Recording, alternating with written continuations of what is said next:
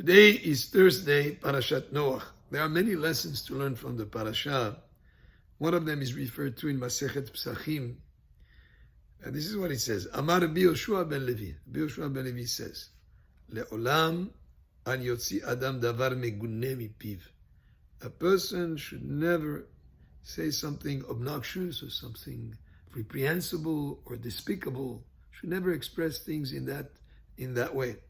שהרי עיקם הכתוב 8 אותיות, ולא הוציא דבר מגונה מפיו, שנאמר מן הבהמה אשר איננה טהורה. The pasuk says, he's speaking about the animals that Noah brought into the teva. There were some that were kosher. He had 7 of each, male and female, so he would have to, when he brings korbanot, he will bring from those animals. And the ones that were not kosher, he brought only 2 of each, 1 male and 1 female. But in describing the behemah that is teme'ah, which is impure, the pasuk did not say impure, because he didn't want to use a word that is negative. And usually the Torah is very frugal with words or with letters. There are no extra letters for no reason. Yet here, the Gemara tells us that the pasuk added 8 extra letters. He could have said mina behemah teme'ah, but rather than saying the behemah that is tameh, the pasuk says umina behemah asher enena tehora, on the behemah that is not pure. The pasuk and the Torah prefer to use the word pure rather than impure, even at the cost of adding more letters to the Torah, by saying behemah asher enena tehora, the behemah that is not pure. And here the Gemara teaches us that if possible, to express something in a way that is clean and pure and not using words that are obnoxious or despicable, or words that are negative, it's always preferable to use a positive expression rather than a negative, and the explanation is from this pasuk here. But in another place brings us an example to illustrate how, based on the language that a person uses, whether it is the vocabulary or the different subjects that he refers to, can indicate a lot about the nature of that person. The Torah brings us an example. In Bet HaMikdash, the Kohanim used to have shifts that worked in Bet HaMikdash. And each shift would work for 1 week.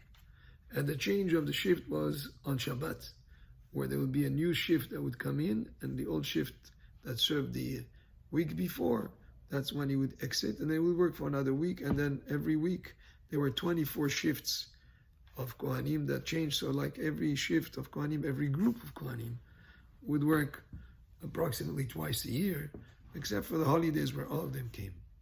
So when they changed the shifts of Kohanim from one shift into the next, that would happen on Shabbat, this is when the lechem hapanim, the showbread that was on the shulchan in Bet HaMikdash, was shared amongst the Kohanim that were coming in and the Kohanim that were going out. They were sharing with that some of that bread, and that bread had a very special quality to it, that if you ate even a small little piece, it would satisfy you. It would make you full, and it was a bread that stayed warm from 1 week to the next, because they put it on Shabbat, and then the next Shabbat, the new bread would come in and the old bread would go.